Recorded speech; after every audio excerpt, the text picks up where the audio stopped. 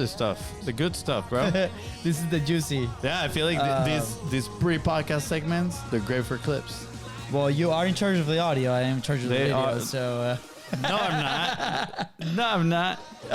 Anyways, I found this awesome product. I told you about it. It's like regular sunglasses, but they are for augmented reality. So you can plug them to your computer. So you're looking at like augmented reality monitors on your glasses, and you can work from that. How epic is that? That is actually really epic. I can just picture you in the coffee shop, just like. I'll look like a blind person, just like looking. I don't know if that's messed up. I'll just be looking around. Honestly, my thought process was, I'm gonna tell my brother about this product, and I'm sure in like a week he'll have it delivered. He's like, yes. He orders everything. Yeah. And it's time for me to use it. But hey, I'm not gonna lie. I'm probably gonna purchase a PS5 virtual reality. Cannot wait. There's a couple games in there. They look cool. They look cool. By the way, if you're tuning in, we see there we got a few eyeballs in here. Please introduce yourself. Let us know in the comments. Pop the comments so we can see who's in here. Pop the comments. Pop the comments. Anyways, okay. I think we're ready to get started. FONZI with his amazing research skills. Oh, dude, you know what I'm wondering?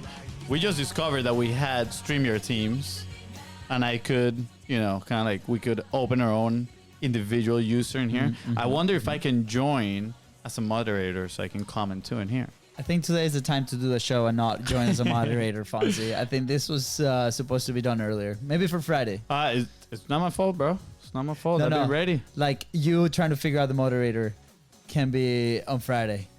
I'm about to share this awesome podcast. It sounds good. Sure now. But yeah, I had a great conversation today with a member of our community, Pratiti. Huge shout out. We're going to actually be on her show.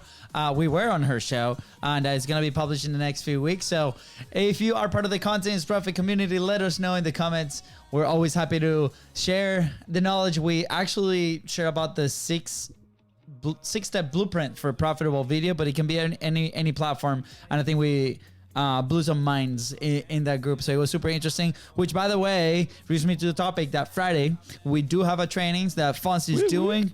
FONZI just put in the comment. Let's go. Luis Quimejo. All right, ready? Yeah, but what about the training? Tell people about the training. Well, the training is Friday. You gotta be there at 3:30 p.m. Eastern. And if you do not know about it, send us a quick message. You might be asking yourself, what is the training about? Well, good thing you're asking, because the training is going to be all about how to start your pipeline platform in less than 90 days and fill your pipeline with 5+ figure deal opportunities. Plus, we're going to show you how to leverage the platform to build your audience as well. Pretty much what we've been doing for the last 3 years, right? I know. Platform for us is the podcast, is the place. It's a place of creation of opportunities. Yeah, and if you don't have a podcast, don't worry. It can be also built in Instagram, built on WhatsApp, LinkedIn, whatever platform you use. A platform is something that you can bring people together and collaborate. Yeah. That's the essence of a platform. All right. With that said, I think we're ready to get started. And here we go. We've got some Hey, fresh new I'm young Luis. talent And doing some I'm things that I Luis. know you haven't And you're heard listening to the before. Content is Profit podcast. Listen.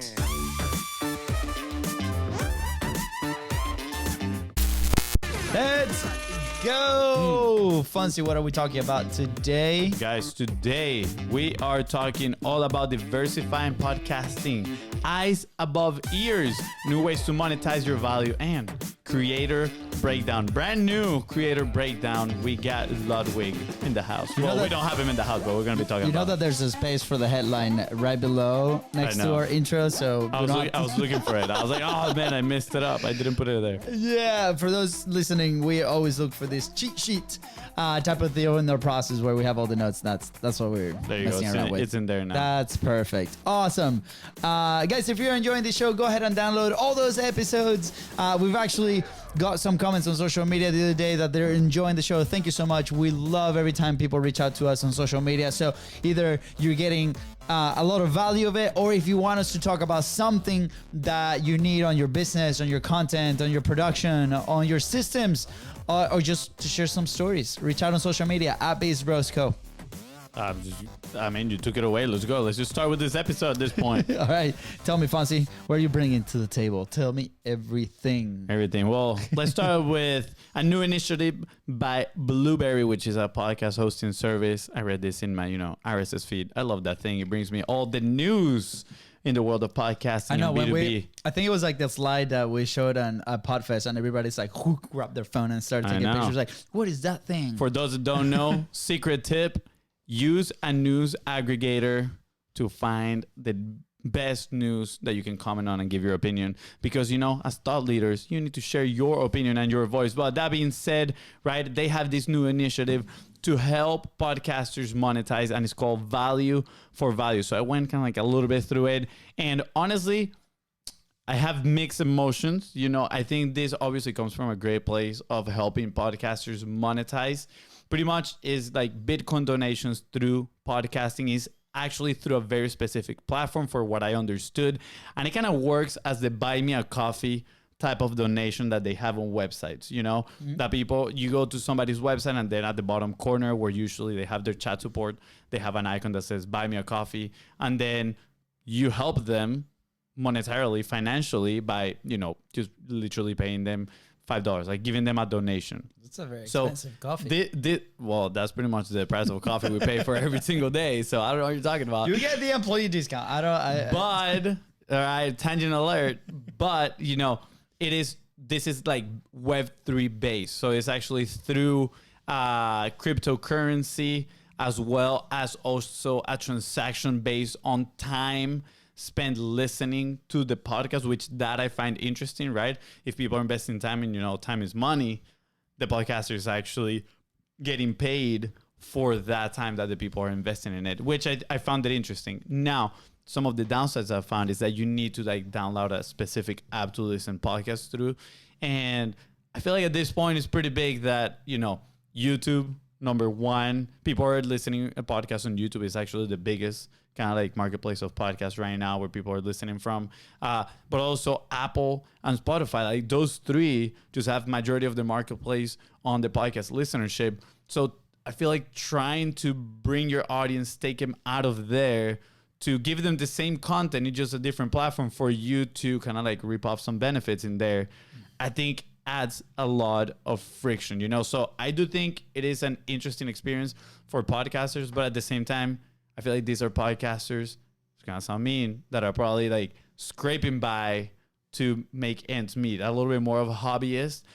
I can see it being very good for people that have massive audiences, but maybe for the average podcaster that doesn't get that much reach, is it actually worth it, right? Like, will it be that much of a significant, increase in revenue for them to actually try to do this? Yeah, I think, a lot of what we talk about is as a business, right? What's the fastest path to cash in many ways, whatever platform you're using. And also there has to be a system on the back end that can support this, right? So a lot of podcasters that start, and this is feedback from also the conference that we were just at, that most podcasts start as a hobby thing, right? Like, hey, I have these thoughts I want to put out online, and podcasting is a very easy and not so much friction like production that you can put out real quick. I think here there's a ton of friction that happens. Like, first happens on Web3, so most of the market, right, is not educated on Web3. So that alone is really new. So there has to be there's a curve that's going to happen, a learning curve. On top of that, not everybody's on crypto, right? So last year we saw that was pretty big in a sense. That it got a ton of attention, but at the same time it was followed by a crash.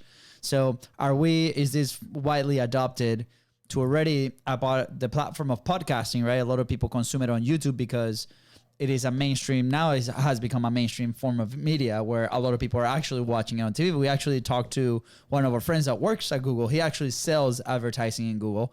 And he talked to us that the place where they experienced the most growth was YouTube in the TV platform. So people watching YouTube on their TVs, which is insane, right? So Oh no, our audio apparently is not coming through to Twitch. Thank you so much, but you know. Yeah, appreciate it. I guess we're gonna have to cancel Twitch in here. I think we're gonna have to cancel Twitch in here. Well, either way, we're trying to do Twitch in a different way eventually. Soon, not eventually. We'll see. Soon. Experimenting. But great feedback. Thank you so much. Oh, maybe it's not coming through anywhere. We'll see. Let's see. It doesn't matter. Let's go. Let's keep going. Okay. So with that said, We're recording it here, which is what matters. there we are. Oh my gosh. That's what happened. Oh my gosh. Noob mistake. Good thing we're recording here locally. Yeah. There we go. There's a lesson in there. If your live stream doesn't have audio, make sure you're recording locally too. Oh, yeah. So then you can use the audio. Back up. Okay. So anyway, so I think that's a friction point for a lot of people that are either starting their platforms. This could be friction on their production side, and it can be also be friction on the audience side. But I agree 100% with you.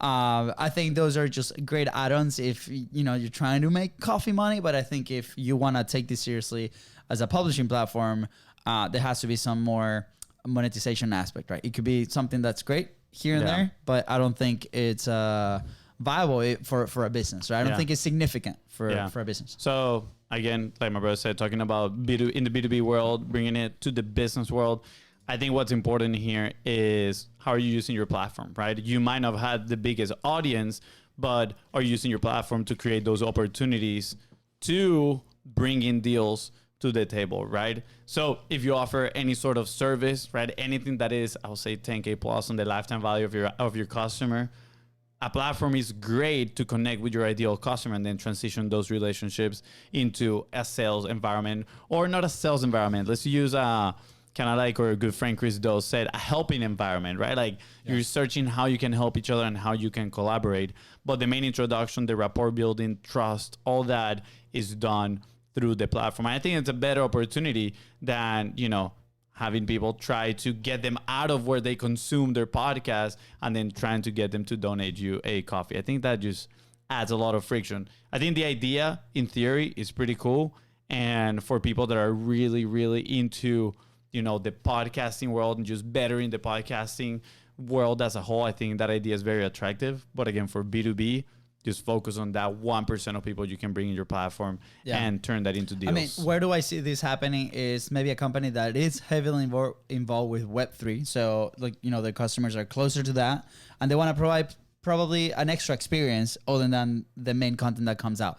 I see that fitting there. I mean, we talked on that panel about social audio, right? How people are implementing things like Clubhouse and different things like inside of the publishing cadence.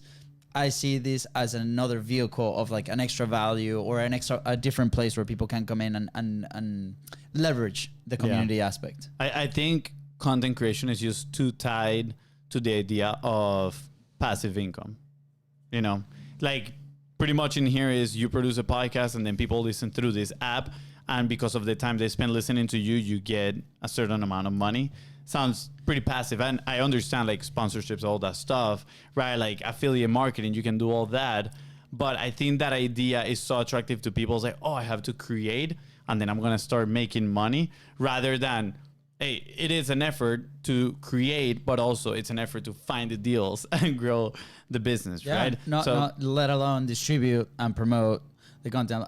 So I think people need to separate those ideas of, the passive income with the content creation. Who's to say that this is not easily hackable, right? Like we talked about the gaming farms, right, that are operate on Web3. And these companies get a whole bunch of like Bangladesh people. Yeah, people hiring. Listening to your podcast. I mean, this is exactly what happened, right? Like people hire, or bots, right? Who knows? Yeah. These companies that hire at an X amount of dollars overseas to go play these games on Web3. And, they receive a consistent payment, but then the company reaps the benefits on the crypto world.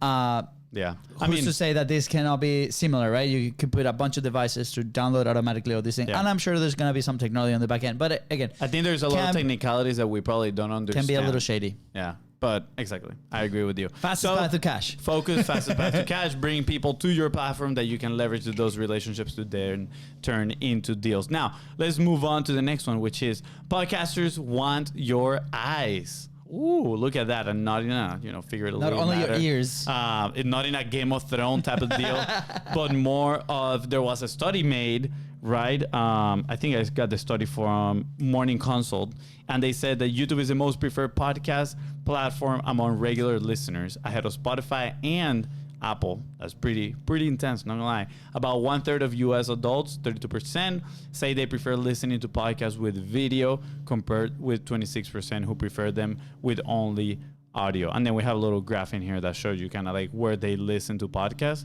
And indeed, YouTube is, the reigning champ right now. But all right, caveat on this, obviously they make this surveys, right, with a limited amount of people. So I don't think it really broadly represents the whole podcasting ecosystem, but I think it talks about the fact that YouTube is raising in value for podcasters, right? Like, diversify your media. Why, if you're recording something in audio, is it really that much more difficult to plug a camera and make a video and then upload it and actually be able to leverage that? Yeah, I mean, I think the definition of podcast has been evolving over the last 2 years as well, right? It started as just an audio vehicle that's distributed just in audio form.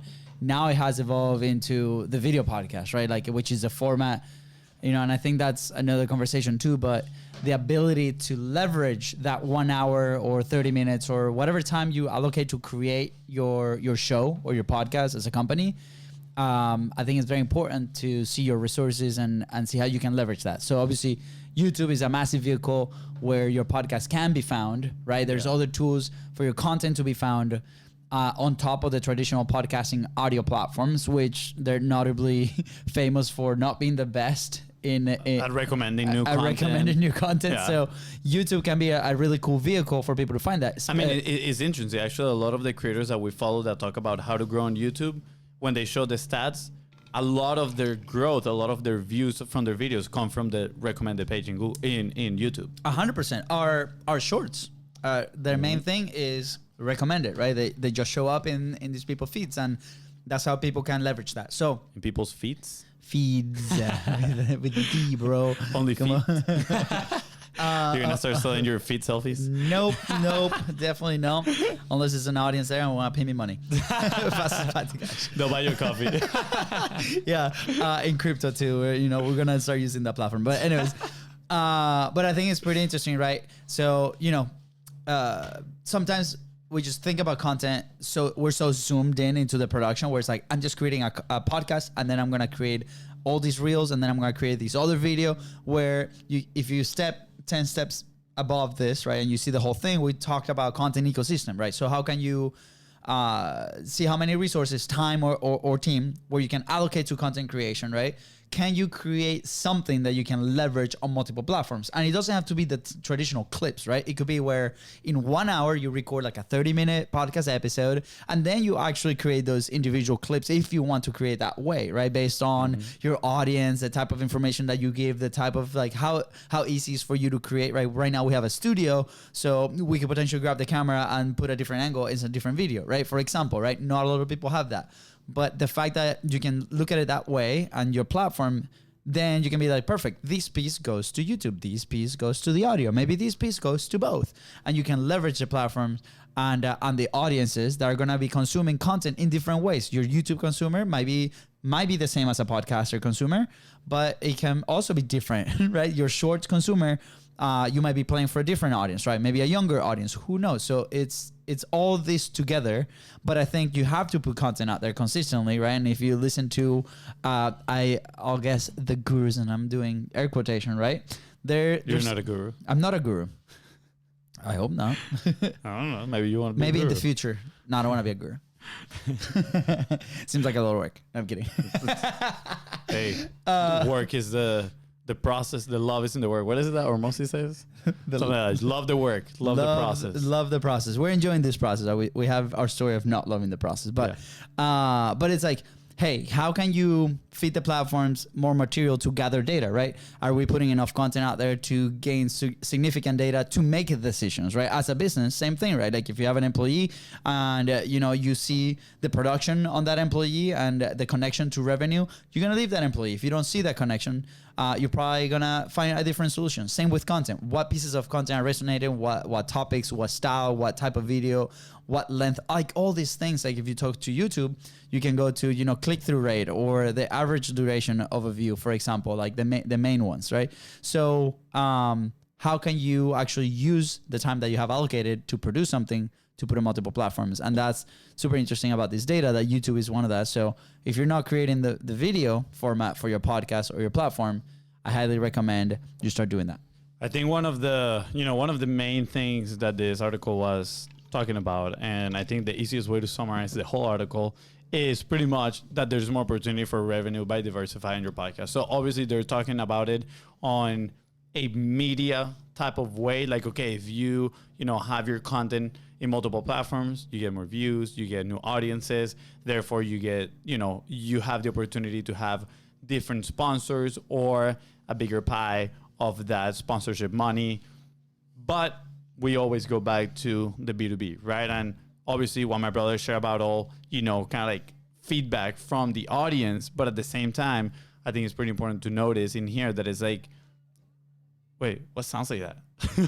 Oh, my computer. I was like, what is that sound? Where's that coming from? My computer.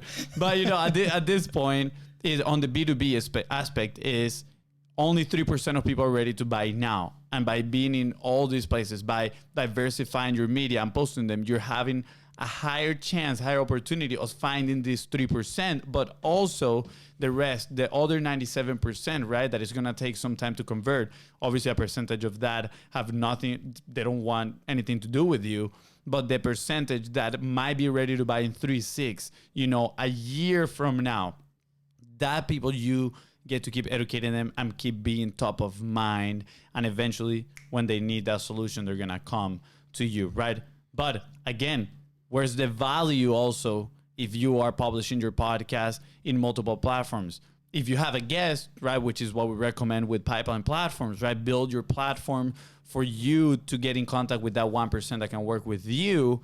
Now you have more to offer to that person, more value. Another reason for that person to come into your platform. You're telling them, hey, we're not only going to post this in Apple Podcasts or Spotify, this is actually going to go out on YouTube Shorts, right? Instagram Reels, all this thing. Do you think it's going to be way more appealing for that guest to come into your show? 100%, right? You're delivering value up front. So guess what? At the end of that conversation, you're ready, deliver value, build rapport.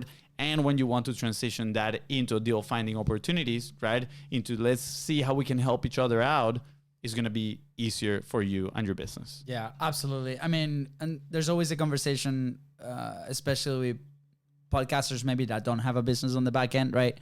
The advertising conversation. Now, well, if you are in multiple platforms, you have more inventory to deal with the advertisers, right? You have your audio inventory, audio only. You have your YouTube long form video. You have your YouTube Shorts inventory, right? You could segment really each type of post or each type of content for these things, and you can leverage that. And as a company, if you're finding a creator that does that, right, you can also leverage that for your advantage, or be like, hey, can you work on a very specific type of advertising because we want to be present in Shorts, or we want to be present on your YouTube version of the show, right? Depends on your audience. So the more data that you can collect, the more leverage points that you can have, and the more opportunities you can create, not only on the audience side, if you do have the audience, but if you don't have the audience, on that possibility to bring your ideal conversation, your ideal relationship, your ideal client into your platform, because for them, it's going to be a ton of value, right? They want to be in more platforms.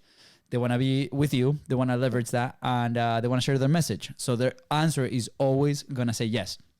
That's why from day one, we've really had no issue inviting people.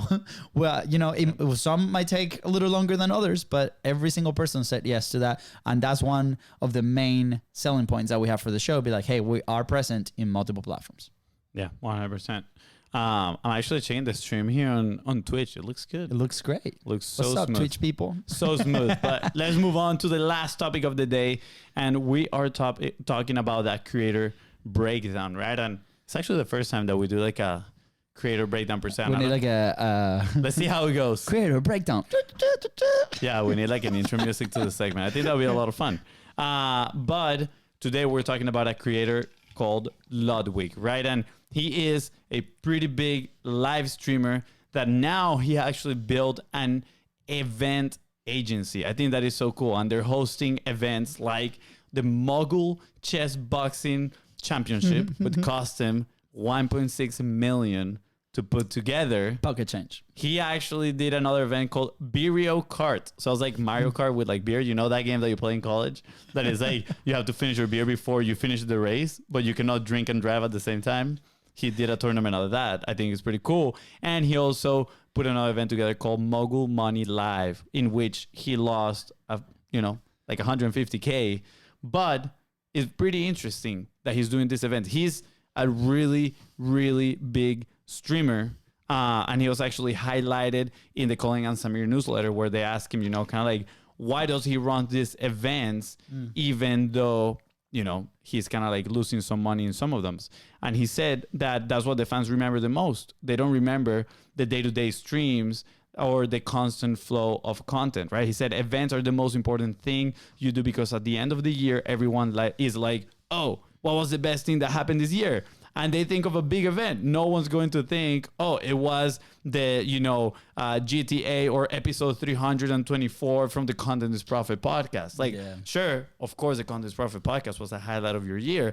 But, if we were to have a meetup and record live and have a whole event around it, that probably would be way more meaningful. We'll probably be creating more memories, more emotions, right? Tied to that event. Well, so just today on the interview with Pratiti, right? The thing that she remembered the most was the stream that we did that we gave away a bunch of stuff. And she's like, oh my gosh, this was such an amazing opportunity. We had, I think that was started as a live, but then we started including the community and they started to jump in. And it became these events, right? It was not in person. It was an online event.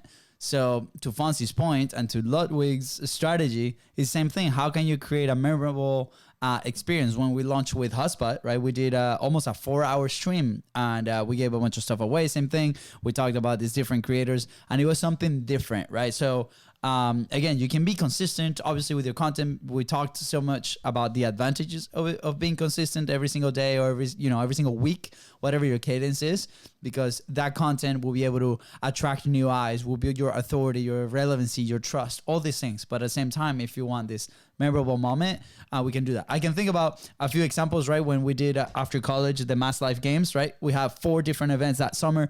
I still get people. This was in 2014. I still get people from our city that we talk and we meet up and they're like, man, that event at the beach was super awesome. We did like a workout day. We did a 4th of July beach day party. We did a floaties. We brought DJs. Like it was such a cool thing for 4 days and people still talk about that. Yeah.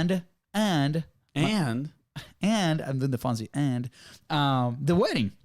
The wedding, every single person, every time we go out, we're like, bro, your wedding was great. Well, guess what? Our wedding was not the same as other weddings. We literally just got married very like a tiny party. Like it was like a 3 p.m. thing. But then we just bought Pollo Tropico buffet style and we had a DJ and we just had a blast. It was very different. It was a fun wedding. So bringing it back to the B2B world and how is this relevant to you, right? Is, okay, how can you make something of a big event?